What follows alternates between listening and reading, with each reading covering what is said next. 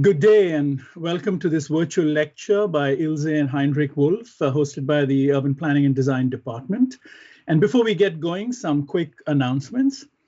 First, a quick reminder about some features you'll see in this Zoom webinar. Ilze and Heinrich will respond to questions after they've finished their lecture. Feel free to submit questions into the queue at any time by using Q&A button at the bottom of your Zoom window. We also have live captioning available for the event. To enable captions, click the closed caption button at the bottom of your screen.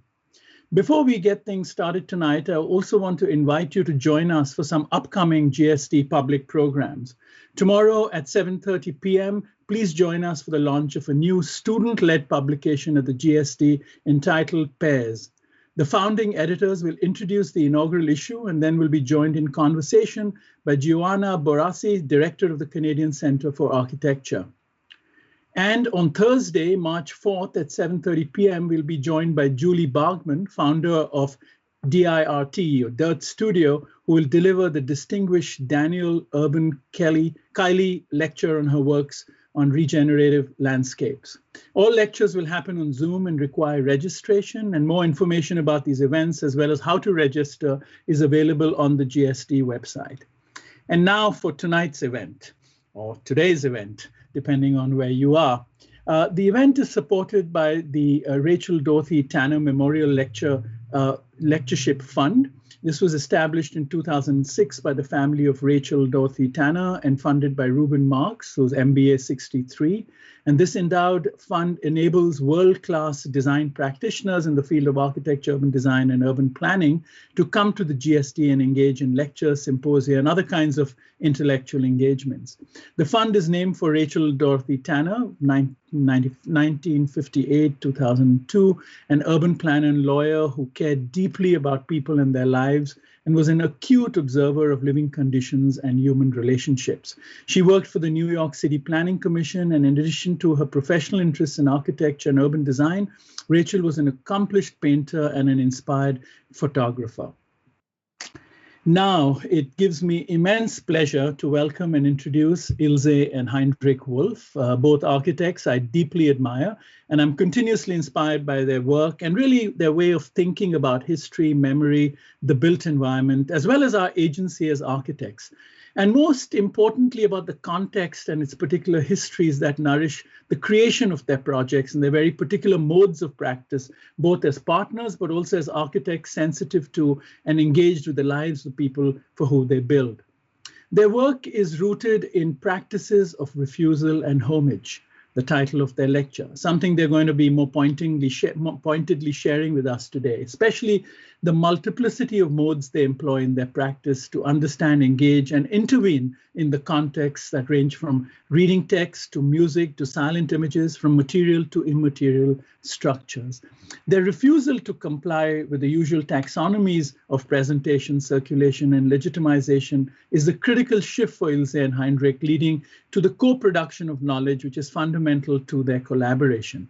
The practice of homage, on the other hand, particularly of Black lives, is pursued concurrent with an ongoing critique of anti-blackness and its spatial manifestations. For this husband and wife team, an expanding sense of what spatial practices can be or should be emerge out of this project of really an act of homage.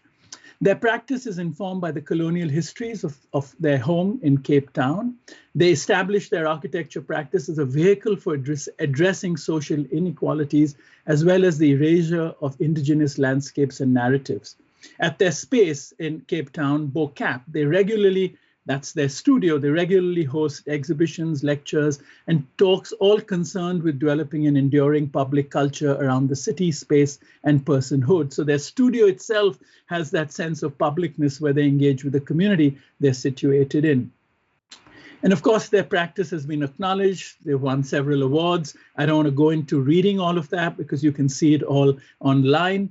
But I just want to sort of mention that Heinrich currently is teaching an option studio at the GSD, and it's a wonderful experiment where he's also using virtual reality. And I think this is going to be a very important experiment for us going into the future. And we've been very glad with the effort he's put into doing this.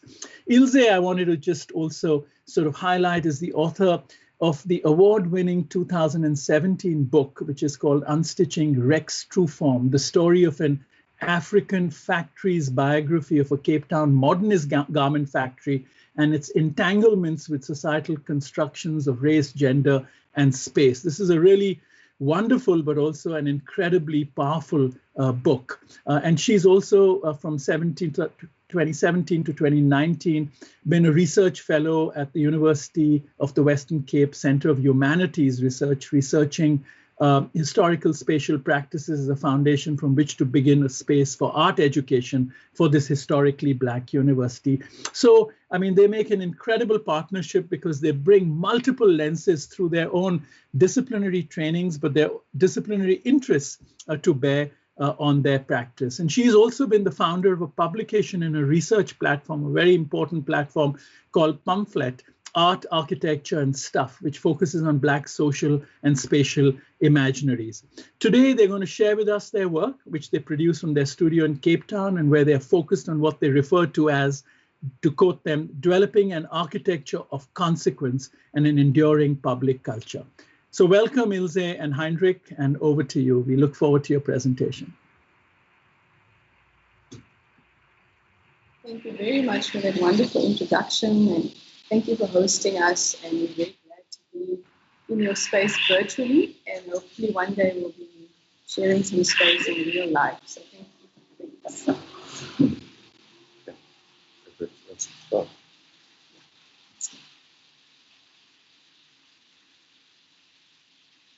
So, as Rahul has offered, we are based in Cape Town, and we work from a space of a very contested history. But currently, I'd like to share with you 4 ideas that that motivates our practice. The first one is this idea around critical intimacy, and it's essentially an idea that we were introduced to by Beate Spivak's work, and thinking around this idea of how do we research this very troubled history of modernity from not only from the inside, but also how do we work constructively with it. And it is really the kind of basis of a book that Rahul mentioned that I wrote around this factory. And the image on the screen is a very important image in that archive because the cross designates the place where the woman that offered her, or that offered her heart for the world's first heart transplant, that is the cross where she was fatally injured by a car crash. And what this image tells us is that in terms of this idea of rereading space and rereading space for a critical intimacy, is that it's not just around how do we think through a new construction of space, but how do we engender new life with the kind of rereading of these old buildings and these old legacies of apartheid. I'm not going to talk about the book, but just an idea that we drew out, and Heinrich will also talk a little bit about his research on the moon in Cape Town, which also links back to our idea on critical intimacy. The second idea that I'd like to share, and that we'll dwell on when we work a little bit more through our projects, is the idea of a rigorous and speculative research practice that we're trying to engender.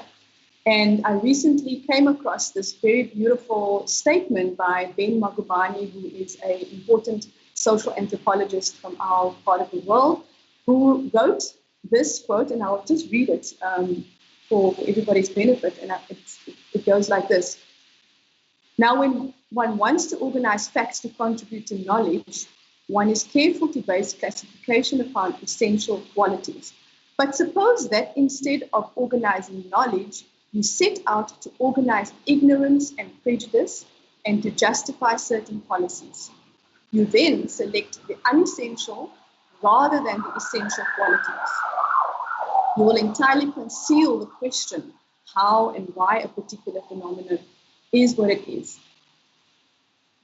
Ben Magubane wrote this in a critical essay called The Causa in Town Revisited, which was a reaction around a very problematic study around Black people's migration towards the cities.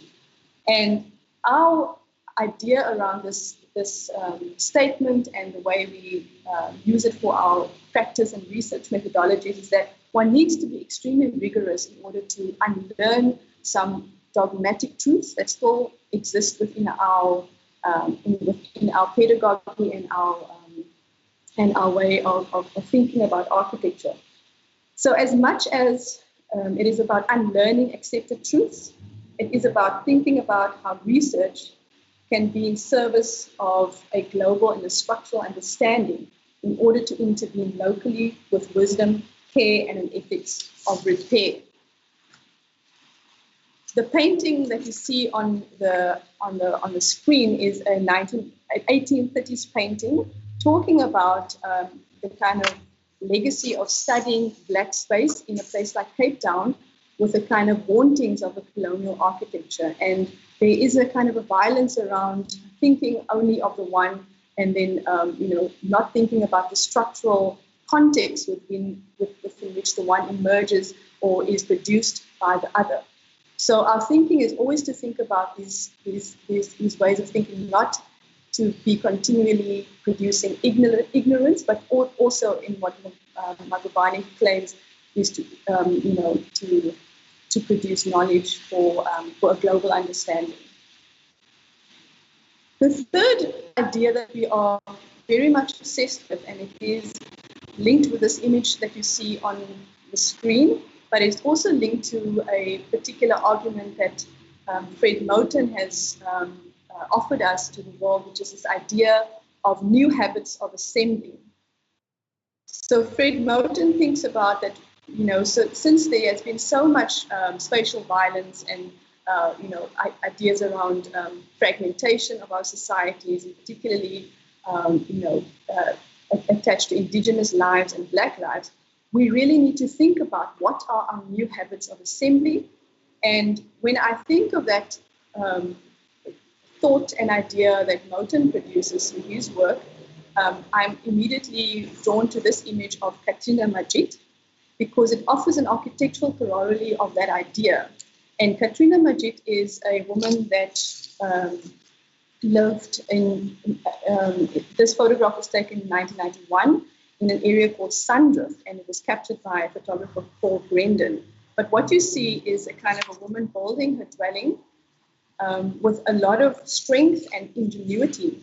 But instead of thinking about our architectural space as this abstract space which you fill afterwards with program, with furniture, with architectural material, she's actually building her structure around existing material and existing belongings.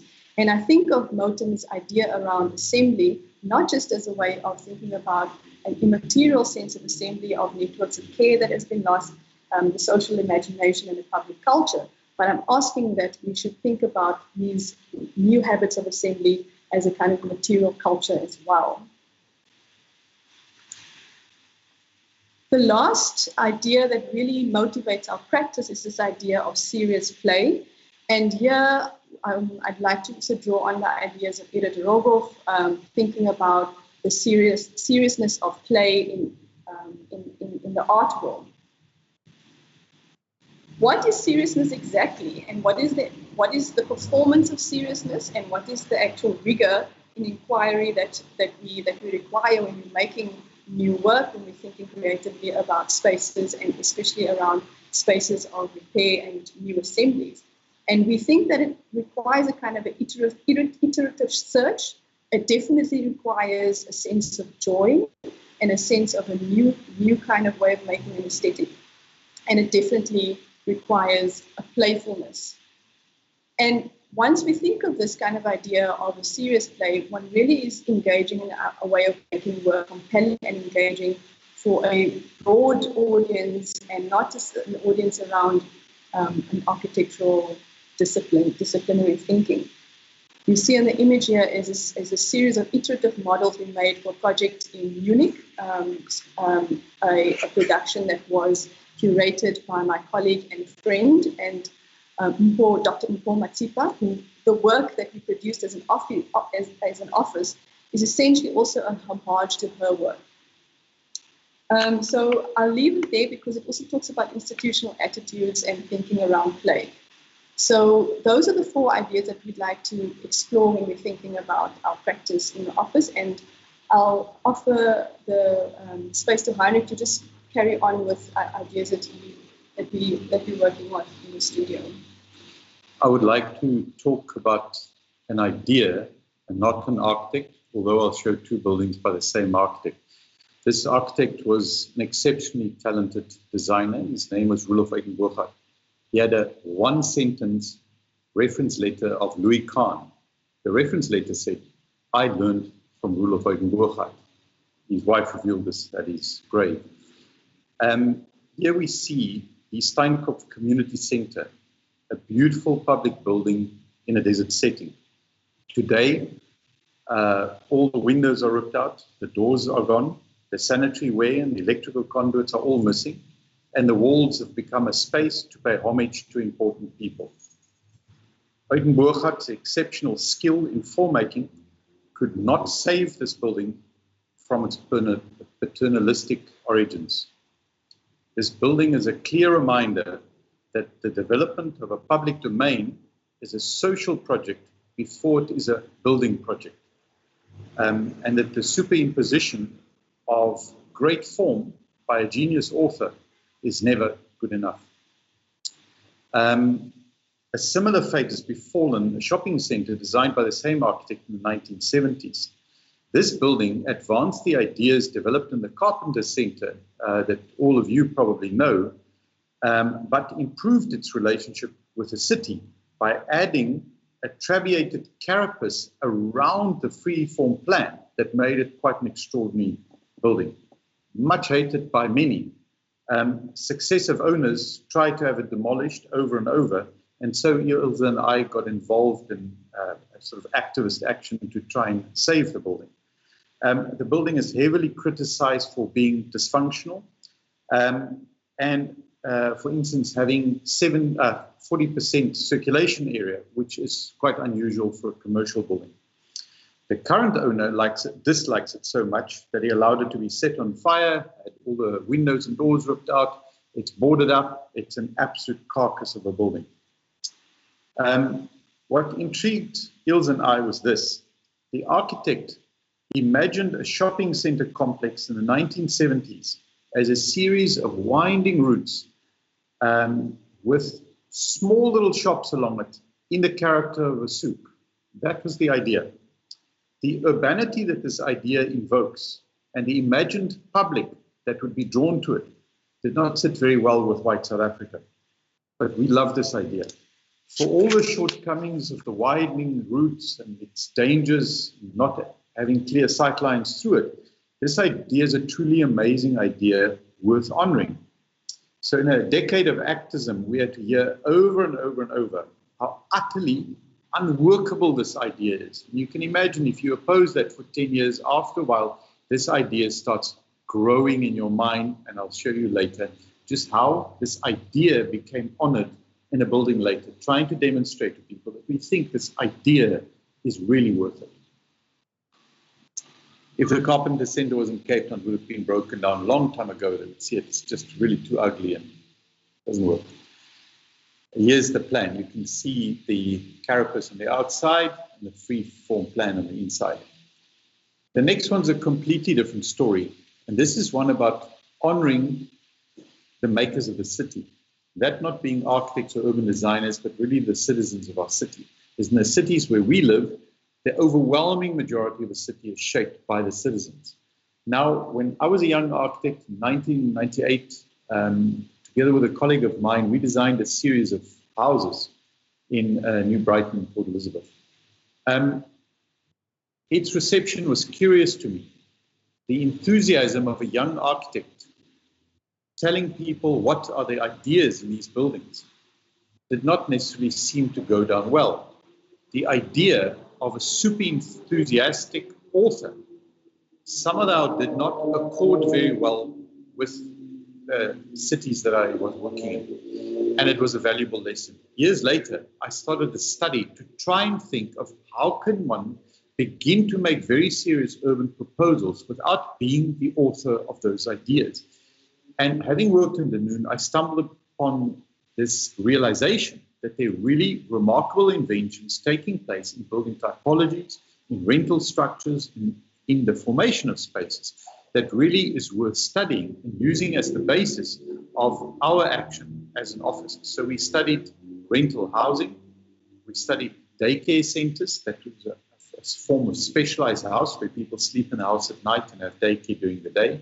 And we studied how infrastructure such as a tarmac, cul-de-sac, became an entrepreneurial space for car repair and is in a way a support for economic activity without it necessarily being intended to be so. Then we also studied aspects like the coexistence between primary businesses like taxi operators, secondary businesses in containers next to them, selling car parts or something like that, and then tertiary businesses in terms of people washing cars, fixing windows, doing all sorts of things. But the coexistence and the economic interdependency of these small-scale businesses were hugely instructive for us at the time.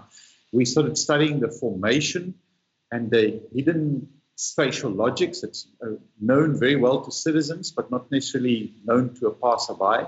And we started studying infrastructures, immaterial infrastructures that do not have buildings, like this group of mothers looking after children, allowing freedom for other mothers to go doing shopping and have their own lives. And we started becoming interested in both material and immaterial infrastructures. I will show you how all of these things that Ilze and I have spoken about begin to manifest in buildings that we've done. Yeah. So we are interested in the kind of urban scale and the urban typologies that emerge out of a very dark history of forced removals and the 1913 Native Land Act. The project that I'm going to be talking through very briefly is a project called Summer Flowers, which is a study and a homage and a kind of a research methodology that we really began to invent in the office for ourselves around the work of a writer called Bessie Head and the productive garden that she started with a group of people in Sarowe in Botswana. So the idea was that we, so Rahul mentioned that we started a publication in our office to really think through how do we begin to communicate these legacies that we have in compelling ways. And Bessie Head's project is essentially around thinking through her house in Botswana that she managed to build with the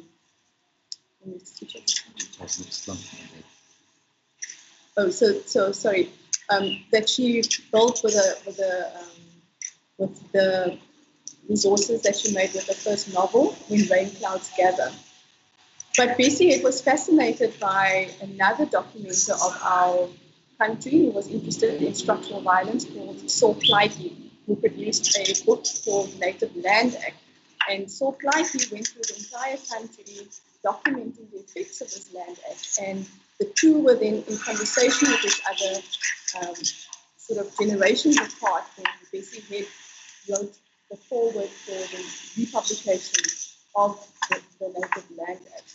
And our project was around having this conversation brought back into circulation and producing work that will think about it again. But also to insert Bessie Head as a spatial practitioner to look at in terms of the building of a house, constructing the garden, the personal garden as well as the communal garden, but also thinking of her as an urban anthropologist and producing a book called Sarowe,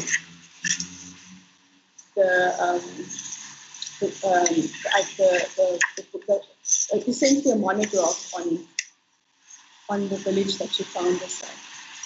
What you see on the screen is a plan of a house, and when I first saw this plan, I was really drawn to the fact that it looks from the outside very similar to the plan of the 51-9 house that we all see and we all know. But there's a marked difference in the fact that she allowed people just to enter the house through the kitchen and not through a kind of a formal entry hallway and a like would have been in a house that I grew up in. So even though from the outside it looks like the standard government house, there was a complete subversion of that architecture.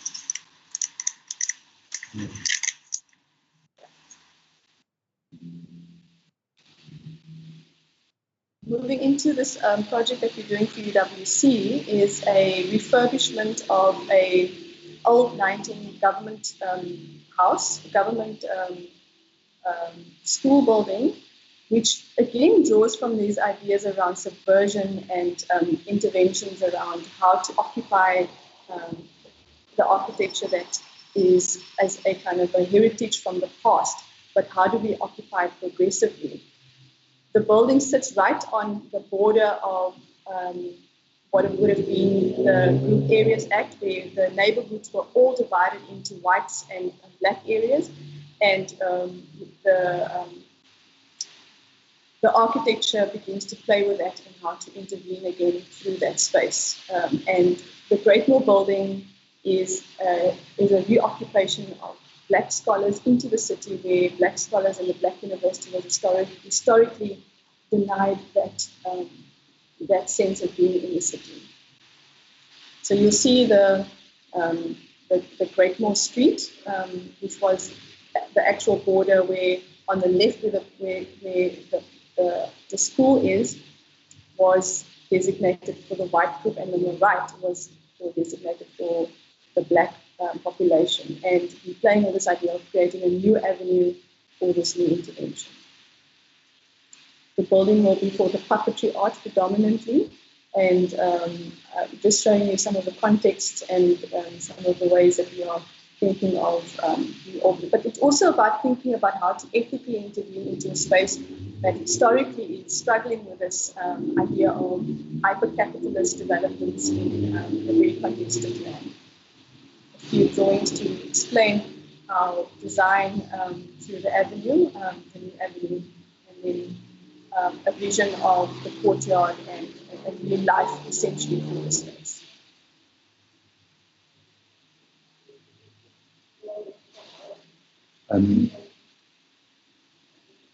Ilze spoke about this idea of new habits, this Fred Moten idea of new habits of assembly.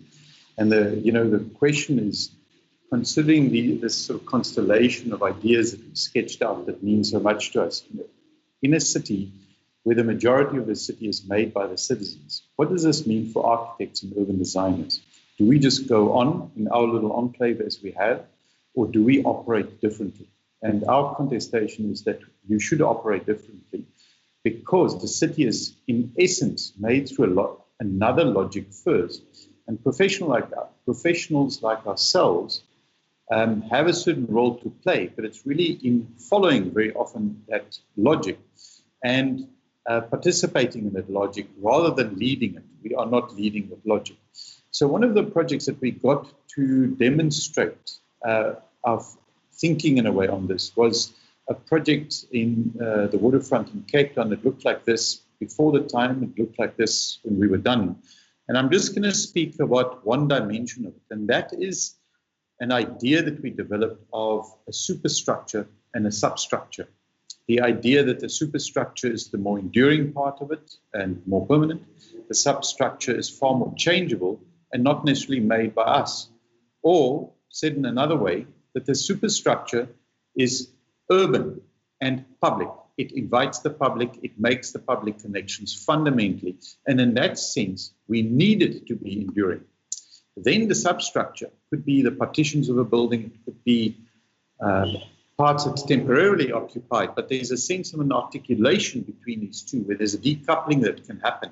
So if the substructure changes over time, it does not fundamentally affect this public connection to the city, and that is what we're after. So this was an existing electric workshop. It had a big crane rail inside, and it had this fantastic wooden floor. And then we started making this building.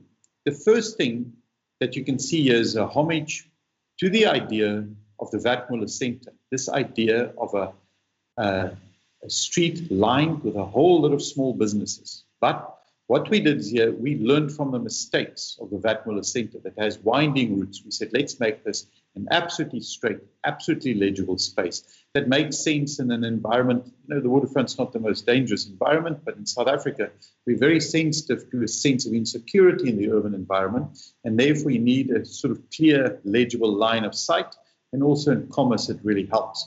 And then in the distance, you see the business incubator that was the beginning of the scheme is really hovering over the street in a perpendicular line.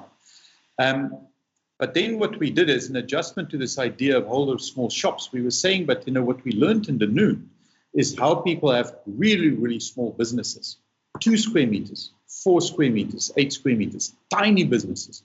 But as long as they are next to concentrated lines of opportunity, this becomes infrastructure of economic opportunity. And we think in the development of the city, the development of infrastructure for economic opportunity is as important as development of engineering infrastructures. And in this case, you can see this flying floor that you can see has no columns, 50 by 50 meters with no columns, is the superstructure with its fire escapes and everything around it. But underneath it, you'll see a whole lot of semi-furniture-like boxes, all of which designed by our office, all of which made for destruction, if you want to. If you want to throw it away, if you want to paint it black, if you want to add another light, if you want to take out the shelves, you can do with it whatever you want. It does not change anything. The floor of the building wasn't designed by us. That was simply the floor that we found. We left this floor and we pointed out to the client that they can drive trucks over it whenever they want, and everybody is very happy. You can see here, people can change this part to their heart's desire, as David Harvey said. Now, I know he meant much more by that statement, but there's a sense of, in a world where you think that citizens will actually produce the predominant actions, you've got to make sure that the world is free for them to act and not having a sense of these modernist masterpieces that I showed you, of a sense of tarnishing, the sense that the change that happens over time must be a growth of the system. It's in a way like the salt that goes into the water. It does not go away. It just transforms and grows with it. But the sense is that the superstructure begins to hold the public party in place. You can see here the edge of the hovering floor. You can see a suspended ceiling slab with a hovering floor right in the middle of it, and then some slightly more enclosed buildings on the side where the weather is a bit more, we get more wind and rain potentially. The building is a completely outdoor building, and you can see the network, the urban network that this building is part of, and then a whole lot of very, very small businesses that's accommodated inside the building, and the business incubator that then has a spatial relationship with those spaces down below it.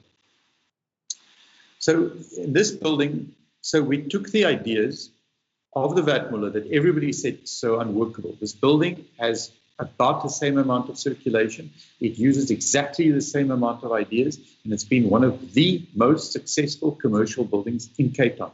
So we took the ideas latent in a commercial flop, and we made a commercial success out of the same ideas. And there's something about the purpose of honoring is sometimes just the continuity of an idea because it really has value for society. I want to show another project where this idea of superstructure and substructure meant quite a lot. This was in addition to a hospital where you can see the image on the left, you see a blue roof. All of this was what you see on the left is what it looked like when we were appointed. And the image on the right shows the addition that we did on the back of a series of pediatric wards, surgical areas, laboratories, administration, services, etc., etc. But we were asking ourselves, how do you design a building like this? Because it became very clear to us during the process and watching other hospital designs is that the brief keeps on changing. The needs keep on changing. It is common cause that hospitals are outdated by the time that they are built because they just keep on changing. And the question was, how on earth do you design such a moving target if the requirements are very real, but they keep on being something different from year to year? We worked on this project for 13 years. And the idea was to build it in the typology of a shopping mall, and that is a roof floating over everything with everything underneath it in essence being irrelevant. So the superstructure is a series of roof bays corresponding with the width of a typical hospital ward. Now that is prescribed by law in South Africa, the size of a hospital ward, the minimum size. So we knew what that was, but we were also concerned with this idea that because hospitals have deep plans, they become dark spaces. We didn't want that. So the idea that we came up with, I don't know if you can see my cursor, but you'll see there's a long line going right through perpendicular to the roof bays where all the services are located inside the structure. And that combs the building services so that there's a split in the middle where you can get natural light into the building. So if you look at that system, this is a system of wooden trusses that has a series of polystyrene boards with aluminium, aluminium foil over it, that allows the winter sun to come through it and it stops the summer sun. So it's a roof light that in essence separates light and heat through it. And this is what it does. It makes a deep truss so that you have services and then you have natural light into the middle of the space.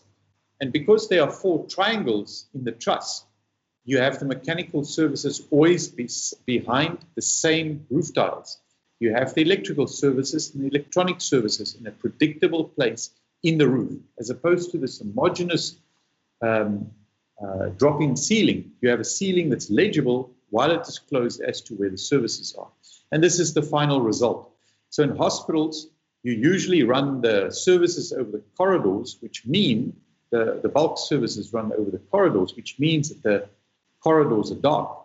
Now, in this case, we just accommodated it to the right of the corridor, above the sluice rooms, the bathrooms, and rooms that's not used that often, so that the corridors that's really used often actually have natural light and you can switch off the lights, the electric lights during the day. And this logic of this roof goes for everybody. The surgeons, the kitchen staff, everybody has exactly the same space. There is the propensity of treating people differently in architecture. So the spaces where people have higher pay grades sometimes are nicer than the ones where people have lower pay grades. This unfortunately happens in South Africa. And we were very keen to make sure that the same architectural system works equally for everybody. And this is a typical ward. Now, here you, in a way, see the superstructure. You see the roof panels, you see the concrete columns in the corners, and you see this before inhabitation. This is today. This is a big COVID ward today. But you can see all sorts of things beginning to come in here. And you can see there are beds, there's machines against the wall, and many of these surfaces are, you can say, eroded through the actions of citizens. But this is what's necessary in a hospital. So the idea is that the roof surface becomes this quiet cloud that hovers over the plan, but it then allows people free to open up the plan underneath, change partitions and so on, with this building, the superstructure remaining a bit more permanent. This is the waiting space. And then some of the elements like fire escapes and so on the outside, of course, are part of what's required by law and therefore can also be more permanent. Then I want to show you a building, and it really talks about this idea of new habits of assembly. Now, this is a school for children with special learning needs, kids on the autism spectrum, kids with severe mental handicaps. And this is a new kind of school that the province that we are in are developing more and more of. And the challenge here was to find out what would be the architectural corollary for this new school typology, and what would be the architectural corollary for this idea of new habits of assembly. So in a school like this, what happens is that there's a lot of teaching that supplements domestic learning. Kids are taught to eat. Kids are taught to climb steps, use a toothbrush, use a toilet, all of those sorts of things. And we were asking ourselves, but where's the public domain in all of this? Very often these schools are organized around a central corridor, with that just being imagined as a circulation space.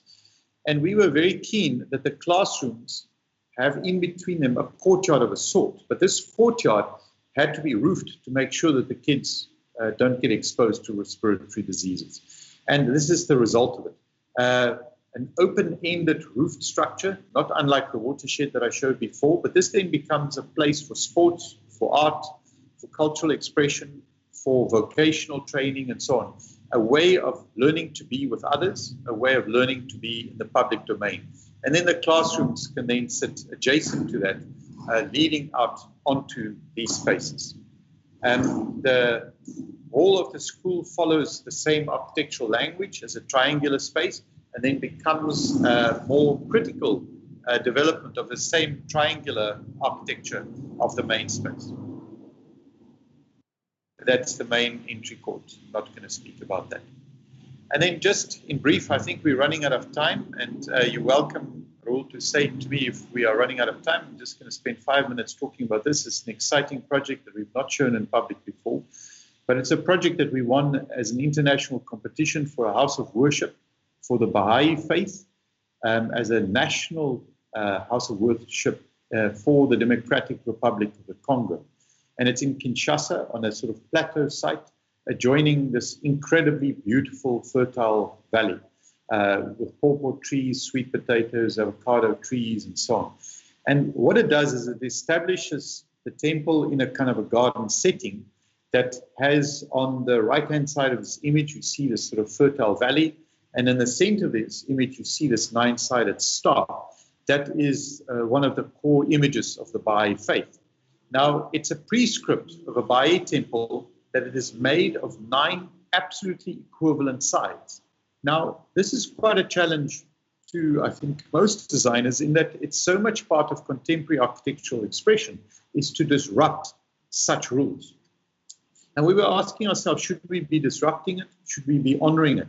And we have an idea that there's 2 ways in which architectural space, the narrative of an architectural space comes about. The one is the structure of a joke, and the other one is the structure of a prayer. The structure of the joke is that one of surprise, where a certain set of rules are laid down, and then a certain excitement is generated out of a disruption of those rules. Where the structure of the prayer has to do with, and that's not because this is a religious building, by the way. The structure of the prayer has to do with a dedication to an idea. In the hospital, there's this dedication to the idea of natural light. It does not try and cause surprise, maybe relative to your expectations of what a hospital is, but it dedicates a huge amount of human effort to make sure that people can sit under natural light. Now, in this case, the client asks, can you make 9 equivalent segments to a nonagon, a 9-sided form? And can you make we want 9 doors in 9 sides of this building, and they must be exactly the same. Now, we studied the history of Baha'i temples to understand, in a way, the legacy of this. And one of the fundamental motives is the one of equality, the idea that old people, young people, men, women, rural, urban, African, European, whatever kind of binaries people may imagine, but that all people, in a way, come through those doors in a similar way before God. And this, we thought, is extraordinary. And we thought, coming from a society where inequality is so endemic, it would be really wonderful to try and immerse ourselves in a building that is so determined on equality. Now, there's another motive in the Baha'i faith that relates to this idea of equality. And this is the idea that God's grace rains down upon everybody equivalently. And we thought that this is a beautiful, beautiful notion in a way. And we started working with this notion of water and trying to have a discussion with the people that we were dealing with. Now, what I'm showing you today is everything short of the outside of the building, because we agreed with the client this, until there's not agreement, we will show nobody what the building looks like on the outside. So we have no agreement to date. We're waiting for approvals, and therefore I will not show you the outside. But this is part of the discussion that we were having, and this is what we want to talk about. So what we try to do is to find common cause, to find common motives. So Valerio Olgiati would have it that we cannot refer to anything anymore. That is over. Now, in the post-colonial world, I could not disagree more. I think that this legacy of people telling Africans, particularly, that the motives are worthless, heathen, not as good as others, is just not, we have not moved past that space. And we need to explore in a way what those motives are. So on the one hand, we were exploring motives that is dearly felt to the Baha'i community, both internationally and in the DRC.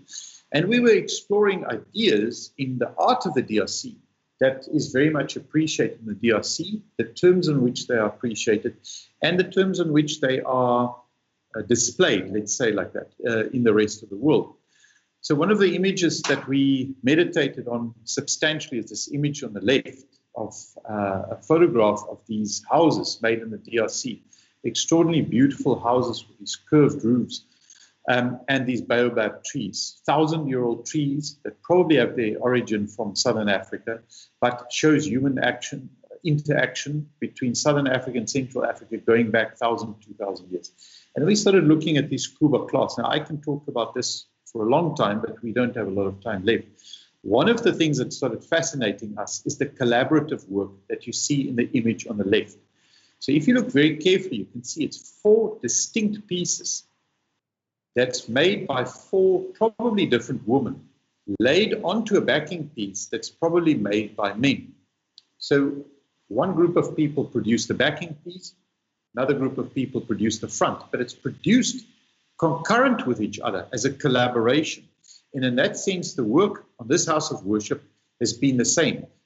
Our client is also the contractor and also the engineers on some of the disciplines. And there's a constellation of communications between the local community, international community, so that we can find symbols and representations that are shared as valuable to everybody. So this idea of a system of production that can have a disjunction in the middle, that could be assembled, we can bring our work together, and that could become a beautifully syncopated whole, is really what we became interested in. And then in closing, I can just say is that the image on the left was an image that a Kuba king, whose name, unfortunately, we have not found in literature because he's unnamed and we're in search of it still. But he was given a gift by some Belgians, which he did not appreciate. But he did not appreciate it, as the story goes, but he really liked the tire marks that their motorbikes made in the ground. And he valued this sort of L-shaped tire marks. And he adopted this marking as the mark of his kingship, as is his right in Kuba culture. And we thought that this was an extraordinary story of the way this tradition is open to adaptation and reinvention, and it certainly then involves the participation of new people in the future. I'm going to wrap up because I think we're out of time. I'm just going to briefly show this as a nonagonal building with 9 identical sides. You can see this is the upper ring. It is an architecture that evokes the sense of the divine through not expressing the structural effort that is required. So wherever you see the structure, it is super light. And so you see a very thin arm on the side with a very thick arm actually concealed in it. And this is what the interior looks like. There's a magical gallery that hovers there that holds the dome. So the dome comes down onto a ring and there's no supports underneath the dome. And that defines the space. And in the top of the space, you have what in Baha'i faith is called the greatest name and the light that comes through from the roof. And I think we will conclude it at this. Thank you very much. Thank you, Ilze and Heinrich. Thank you very much. So let's we've got about half an hour, and there are some questions, but I can't but help comment on some of the things you said, which have sort of evoked all sorts of thoughts. A wonderful expression, these sort of new habits of assembly, which, I mean, the other side of that is also discerning patterns of assembly that help us create new formulations, which is, I think, part of your inspiration. I couldn't but help think of, and this is a quote that I use very often myself, but I couldn't but help think of Martha Chen, who, runs and was the president of Viego, which is the women's organization for self-employment, where she said, in terms of economic paradigm, she said what's most needed is this model of a hybrid economy that embraces the traditional and the modern, the small scale and the big scale, the informal and the formal. What is needed is an economic model that allows the smallest units and the least powerful workers to operate alongside the largest units and the most powerful economic players. And, I can't but help your buildings begin to do that so automatically, which really folds very beautifully into the idea of the superstructure and the substructure, because that's a formulation that if one is clear about, one can allow these sorts of disparate scales. And when I say disparate scales, I mean that in terms of power, economic status, all of that, to actually assemble together. And the interesting thing is each one of those scales have a completely different temporal cycle in terms of their own, their aspirations move them around too. And so I think the description of both the substructure and the superstructure, but also, nestled within the broader idea of these new habits of assembly, allow these sorts of formulations that are quite wonderful. Now, both for Ilze and Heinrich, I have separate sets of questions, but now that we are on this point about these formulations, let me stay with the buildings for a second, because, I think there are many things implied in the way you formulate and imagine the architecture. I think for me, again, of personal interest, but really stood out was, how time is dealt with and how material life cycles are dealt with. And I think, I think part of what you described as homage is bringing back the essence in some other forms, but also embedded there is the idea that sometimes ideas find their right time. And for us, the responsibility of nurturing them through time for the ideas to find the right time is also important. And I think that was something I kind of learned as you were sort of describing in the way you're building, with the market and with the incubator, again, powerful versus non-powerful workers simultaneously finds it's an idea. It wasn't only about straightening the curve, but it was also about, I think part of the homage is nurturing, or let me say safeguarding the idea for it to find the right time. And I think that is a wonderfully poetic dimension, but also the translation into materiality where the use of steel with the wooden rafters implies a certain reversibility and a kind of recycling that's implied, which makes, which actually in some ways frees it up from the contestations that demolishing a building built in concrete like that had, which sets up all sorts of other tension. And this building, when it's served its time, could go away and that material could be reabsorbed in the geography. And I think that is a very poetic dimension. So I think on this, the two things that okay, let me just flag out something else and then I'll put both the questions to you and you all can answer them as you want.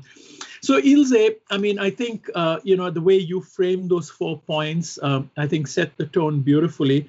I think, I couldn't but help think of Ken Robinson, who talked about true creativity being where ideas through different lenses actually collapse and contradict and challenge each other. And so I think the modes and mediums you use does that, which is quite fantastic. I think your sensitivity to and engagement with, questions of blackness, and how that might play out spatially, the dislocations and the relocations that have occurred in the history of South Africa, which is a tremendous history, which also involves healing as well as damage through the reconciliation and all of that. And so I'm interested in 2 questions related to that, which is, especially the Rex Trueform building, which is interesting because it's an early modernist building, 1937, which divided people spatially even before it was formally a policy in South Africa, right? 10 years before it was formal policy. And, it's kind of contradictory to what modernism was supposed to do in terms of building a modern society. And in places like India, many parts of the Middle East and Africa. This kind of aesthetic modernity arrived in disjuncture with the social modernization process. And then it goes up to be listed 10 years ago, right? I think in less than 17 or something. Yeah, so I was just sort of interested in two aspects here, which are the kind of work that you're doing. What are the shifts in policy, policy for anti-Black spatial policy, and what are the shifts that you think you aspire towards and your work might be beginning to open up a discussion on? And also the kind of tense, I suppose, condition when we talk about now suddenly listing this as a heritage building in a kind of post-apartheid condition. It opens up very interesting questions for society because conservation is politically so charged. So let's start with those, and then I'll go back to Heinrich on the buildings. Yeah. Well, thanks. So I think this idea of the new habits of assembly, and we should really I'm really grateful for Fred Moten's offering on this. But he also talks about the idea of scale, right? So scale is essential in that kind of building of habits of assembly. I mean, he talks about the fact, there's a conversation with him and Robert E. Kelly where they talk about the fact that the civil rights movement was a series of events that happened and wasn't this huge movement that we know of today when we look at history. So the scale and the kind of sense of scale is really important to kind of display the homogeneity of these dominant power structures, So that's the one thing that I'd like to talk about. And also coming to its true form and answering your question about heritage, we were responsible for advocating for the heritage significance of that space, because we see it as a monument to Black female labor, especially in this country. And we have to think through as what would that mean? How would you evoke new meaning for this building through that kind of a lens, because it was produced by a very particular mode of constructing a particular kind of personhood, and there's lots of stories of refusing that identity as well, which we can in a bit. But once that building becomes a significant heritage object, there's no kind of control around how that is managed, because the management of that space is a whole other domain. And that is when policy comes in, that's when developers come in, that's when private capital comes in. So there is still a disjuncture around how that space is managed and as a heritage object and how it relates to the significance. We had a conversation about this over the weekend around significance, and how one needs to think through significance is not a stable sensibility, it's not a stable thing. So the thing with the extreme is I think the heritage, I would like to think that writing the book, capturing the stories, allowing this narrative to be part of the public domain again, is part of creating that significance rather than the kind of managerial space of policy. So it is a kind of a two-sided part of the conversation. Thanks, Ilze. So Heinrich, I'm going to kind of frame a question, but there are a couple of questions in the Q&A which relate to it, so I'll read them out subsequently. But I think the idea of the substructure and the superstructure, it addresses many questions. It addresses actually questions where, there is also a risk of misuse, because what you're addressing is the notion of the collapsing public domain or the shrinking public domain, as you describe it, and privatization, and the way these buildings are kind of articulated or separated, which has also been your inspiration through the Homage, is how one can actually let those conditions collide in some ways, right? Inherent in that is also a risk, because some things can be removed without any consequence in a positive way, because it could mean upgrading the building, it could mean, etc. But it could also be consequential in a kind of negative way of removal and displacement. I don't want to use the word gentrification here because that's got too much of baggage carried, but you know what I kind of mean. And so there are a couple of connected questions here which I'll bring. One is a question which came in very early, which I already shared with you, which is a question from Ujuan Ignatius, is no, sorry, it's not. It's from Kat Chavez, which says, what is, or it was just from someone in the audience, I'm sorry, Kat just put it up there, is what is your philosophy about the use of light? And then the other question comes from Solanke, Abidon Solanke, which says, compliments you for the presentation and thanks you for sharing your insights about these projects.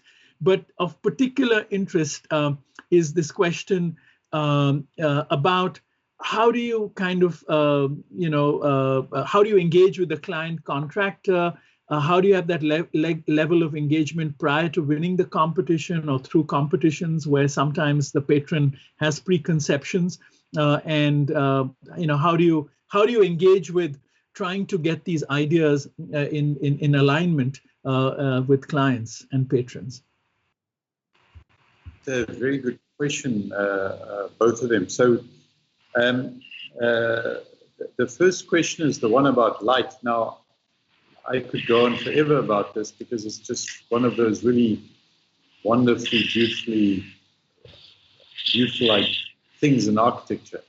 But there's the sense that, like a person is said to have character, the light in a building has to have character. You want to know it distinct from others. I mean, when you're doing, say, a commercial office building, it gets really hard. But in many of the buildings, the question is, what will be the register in this one? That you know that you're here and not somewhere else. That you know that this is a hospital and not an office building. What is distinct in that character that orientates you and also that's absolutely appropriate? So in the question of the hospital, the design of the hospital, there's a very particular kind of a sense that, in certain areas you need daylight all the time. You need as much as you can because then you can switch the lights off. And the hospital budget doesn't go to electricity, it can go to healthcare. Obviously, it matters a great deal. But then to say is, how would you do it in a way that has the right pleasures? So in the case of the hospital, you sit with a very deep plan. And one of the things that you have in natural light, for instance, in a deep plan like that, is the way clouds move over roof light and so on, this fluctuation of light, that tiny movements of it is what tells us that this is not a machine that's illuminating my space. I'm in the real world. But in augmentation to that, what we did in the depth of the plan is we tried to make windows so that even if you sit 2 rooms back in the middle of the plan, you can see through them to the outside, and there's a garden on the outside, so that there's a sense of the world out there. You can see the trees moving in the wind and so on, so that the idea of light is not just a sort of a factual one.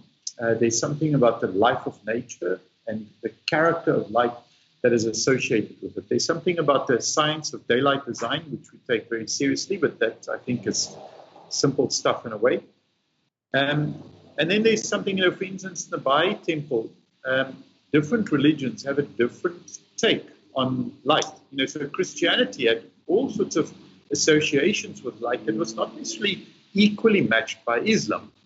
And we were saying to ourselves, well, in the case of a building that is in a hot tropical climate and where you really need it to be cool, what would the light mean? And what we were saying is that we're trying to make a low glare environment because, Christian light is very, very glare intensive, and that gives the character to cathedrals.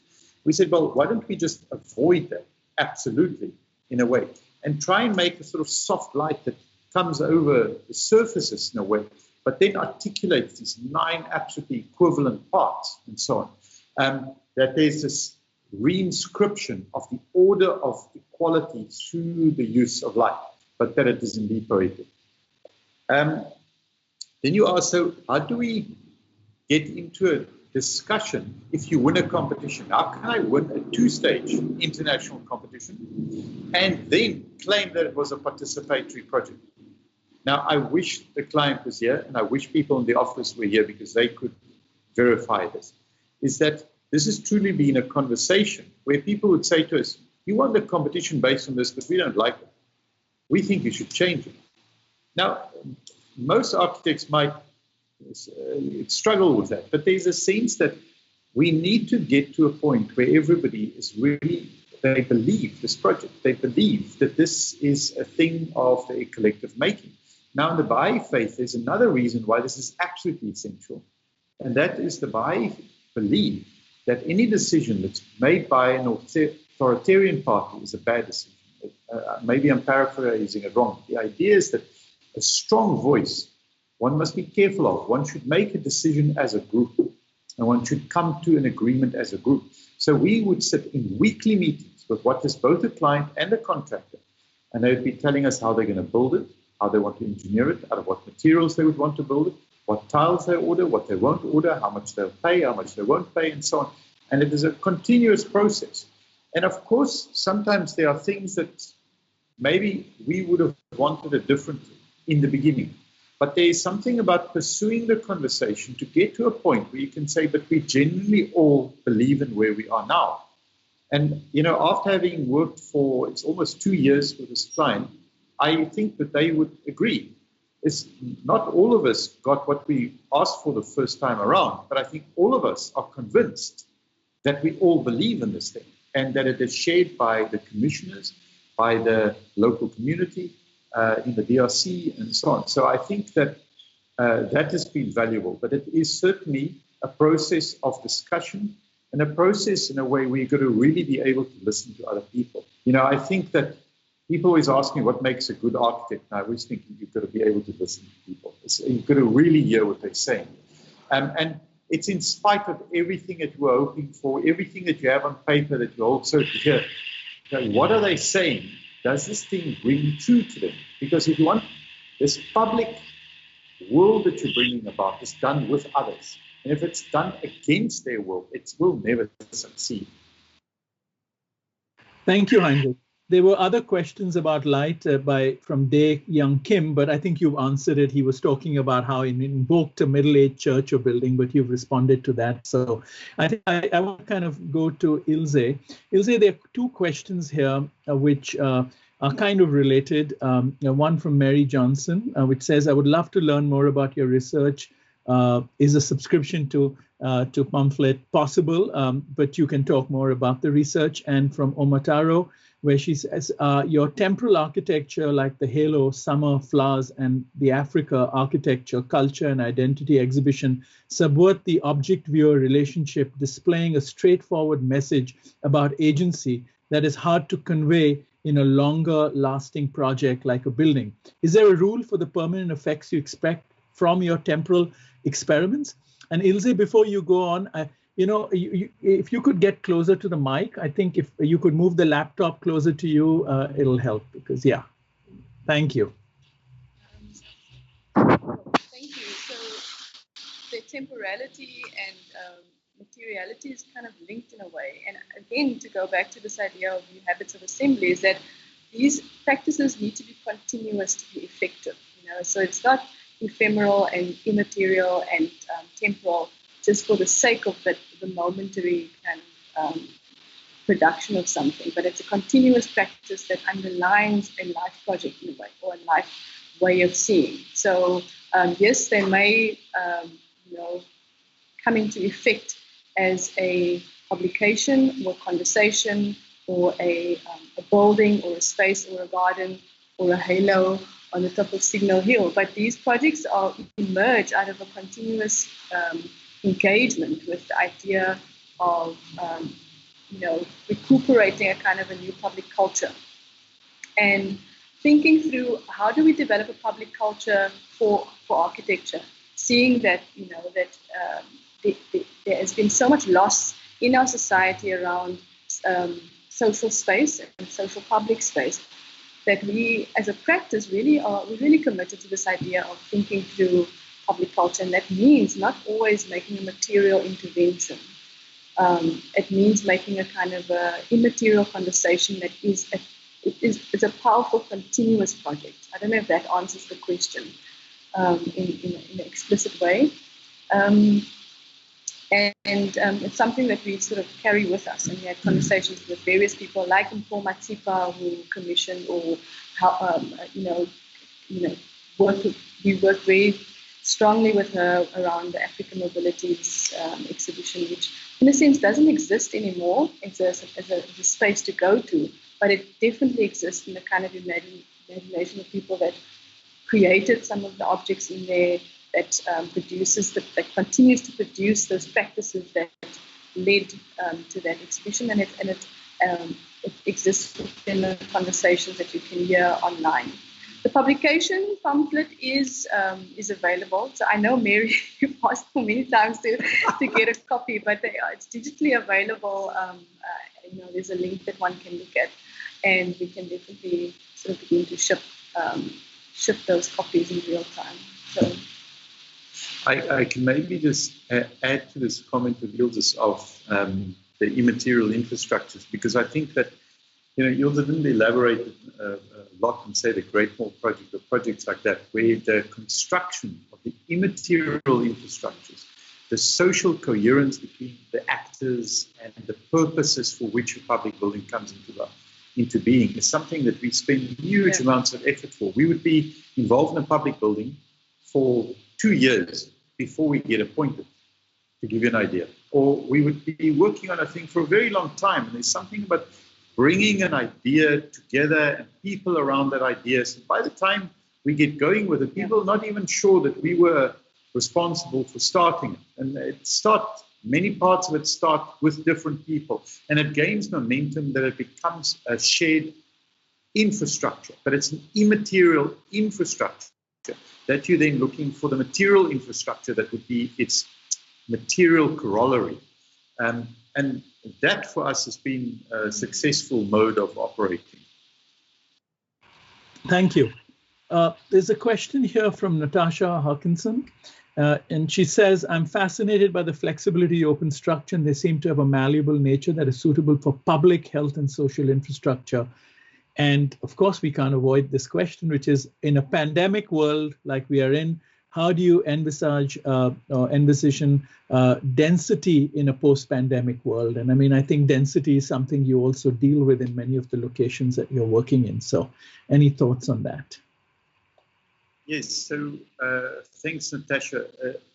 So part of this idea of separating the superstructure from the substructure is watching the fate of buildings around us, from very beautiful, very precious buildings that get mauled over time, to just watching how misconceptions, in a way. There are fantastic studies of buildings in the DRC, these modernist buildings that sit in a garden setting, and then there are just shacks around them that seem to almost just march right through them, where the human density imagined by the original architects were out by a factor of 10, completely. And the model that they imagined completely resistant to an increase in density.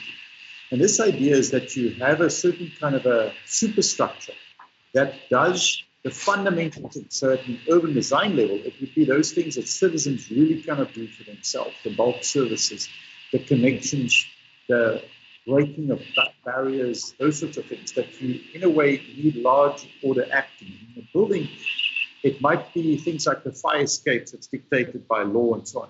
But there's something about this decoupling of the substructure where it allows densification or expansion. If you decide, in the middle of that market, you're going to clear out the place and have a band there for the night, you can do it. Or if you decide, but these biggest market stalls are 15 square meters, we're all too big. We want them all 2 square meters. You can do that because there's this decoupling that happens. Now, that is not absolutely unique to our building. You get it in other commercial buildings as well. But there is a kind of a rhythm sometimes that is inappropriate for growth. And it's for us to work out, how can we make things that's architecturally extraordinary without the actions of citizens on tarnishing it or having a sense that takes it away. And this inevitable, I almost want to call it inevitable densification that you have either in the city or in buildings,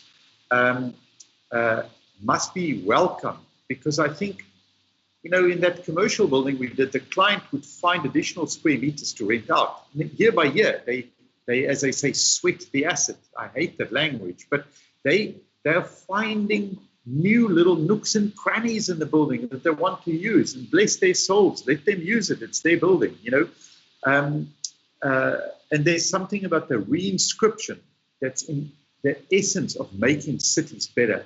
You need, over a long period of time, that reinscription that improves the city. And the original author can't get it right all in one go, all in the beginning. Thanks. Thank you. So there's a question from Diogo Gras, which goes back sort of to your idea of homage. Who would you say were your mentors at the University of Cape Town, and which ways did you learn from them? Anyone you can recall or mention? That's a dangerous question. You don't have to go there if you don't want to. No. There are people that I hold in very high regard who taught me. There's a man called Skulk LaRue who made me understand the relativity of my own existence, and I will be forever thankful to him for that. I can elaborate on that. And then I was taught by Wolff Architects, who, I didn't tell you this, is that there was an option studio A and B. I told the people in A that I was with B and the people in B that I was with A, and I went to go and work for him for a semester. And I learned so much. It was really very valuable. And he was there, a senior member of staff, and he didn't worry about this. I think he was open to my education. And he had a generosity, and he was full of ideas, and he had a deep love for architecture. I was taught by lots of people who hate architecture, and I want to distance myself from them. But then equally, I must say is that you must consider who did not teach me. I was almost entirely taught by white men for my entire career. But also this idea that the citizens of the city that shapes the city would be my teachers. Nobody told me about it. And I had to find this out in due course. So there's something about, I really love the people who didn't teach me and some of the people who taught me. I can maybe just share for everybody's benefit that I'm really indebted to Mpho Matipa for reorientating my thinking about architecture. She was a peer in a way of mine at university. She was a couple of years ahead of me. When I was in undergrad and Paul was in postgrad. And there was this one moment that I really recall very, very well, where there's a little bridge as you enter the architecture school at UCT, and everybody used to smoke on this bridge, including Paul. I don't know if I'm giving away any of the secrets now. But Paul was standing there, and I came out, and we had a conversation, and I asked her, Paul, what are you reading? Because I felt at the time extremely alienated from the School of Architecture, and she, without hesitation, gave an entire reading list to me to go through. And it was a series of readings on thinking politically about architecture and thinking about the structures of architecture, and how one cannot only go through your education with this organized ignorance around the topic, but you've got to think through how architecture is connected to politics and social economic circumstances. So that was a huge transformative moment for myself, and I must maybe also just then give a shout out to Paul. So I'm going to, as moderator, use the last question for myself to ask you the last question. And it sort of picks up from this on pedagogy and influences. And, Ilze, you've sort of, talked about how you aspire to go beyond talking to architects and try to create this intersectionality of dialogue. And of course, the question becomes, what are the implications of that on the spatial? And I think, Heinrich, you talk about new formulations in ways one relates really to the context in its broadest sense. But I think what you both aspire to do, I think, in really powerful ways is go, as I say, beyond the critical to the propositional in all of this, right? And so I just wanted to, as a closing set of thoughts, ask you both to reflect on what are the implications on pedagogy, what are we not doing right in teaching the stuff. And here, I mean, Heinrich, I know we are experimenting with you in exciting ways on virtual reality and stuff. But I'm not looking for you to respond to that. That you'll share with us over the semester. But just generally, what are the shifts that you see should be addressing in pedagogy more broadly? I can maybe just say is that I think that in a way, when you're dealing with students, I always think of myself as a sort of parachute instructor. Is at some point you're going to have somebody strapped to you, you're going to jump out of a plane and they must really trust you. And that is a critical moment, and you can't take it for granted that people will trust you. But there's this idea that Ilze raised in the beginning about play. And as long as it's fun, and you're having fun, and they're having fun, and we're all having fun, we are motivated to play. And that sense of serious play is very, very important. And you could ask, you were talking about the propositional. So how can we make really intriguing cultural shifts in the context of co-production? Aren't we just going to have just really mangled committee decisions by the end of it? And the answer is that this thing of play.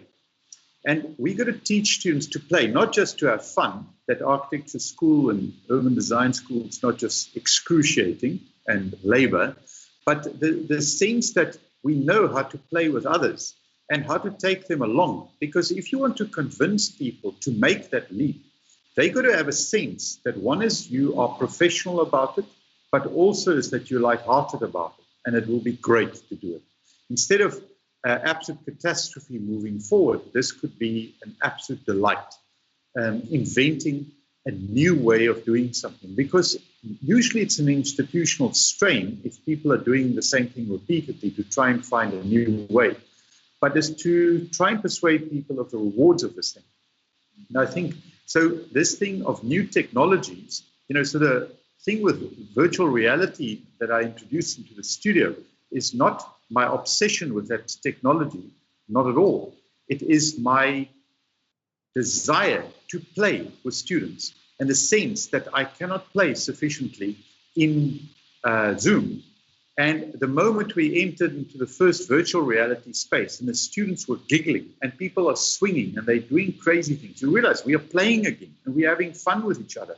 And the students are saying, it is so nice to just work with my colleagues again because I can talk to them, I'm lonely at home. And that sense that play is not just amusement, but it's very serious business. And the association with joy and professionalism is an important one in moving forward our ideas that we have. And I think observing Heinrich with his studio, there's another dimension to pedagogy and education and learning, that it isn't social. It's a social practice. You need others to learn, and we learn from others. And once we get to that point of this idea that it's social, one thinks that architecture, of course, and urban design and spatial interventions is, of course, probably a very social act that one engages in as a lifelong project if you're committed to that project. So how do we make architectural education more social? And it's not. And I think the universities have a huge kind of transformative project there in terms of how the professors interact with students, because I didn't have a sense at university that it is a social relationship. And I'm not meaning sort of we all have to now go and party together. I don't mean that sense, but how do we share in a way that is about creating a network of care and a network of serious play through this, those who have a deep time experience and those that are kind of coming with a critical naivety. And how do we bring together those kind of social links to produce a shared education, I think. Thank you for that. Thanks for taking us through such a sort of wonderful range of questions, issues, and beautiful, beautiful work. Really very much appreciate it. And, this is the worst part of these virtual lectures where you just raise your hand and everyone evaporates. And so I hope, Ilze, you'll join us for some of the reviews and, have your presence, because I'm sure students would like to hear more about your thoughts. And Heinrich, we have you captive for the semester. So we're going to have more conversations anyway. But we also hope that we'll be able to welcome you at Gund Hall, hopefully in the future, and carry on these conversations. So thank you both. Thank you very much. Thank you very much. We're looking forward to beers and pizza, I believe, on a Friday afternoon, something like that. That's right. That's going to be the big temptation that'll get you finally to Gund Hall, the high point, yes. Yes. Okay. See you. Bye. Thanks for the opportunity. Bye. Bye. Bye.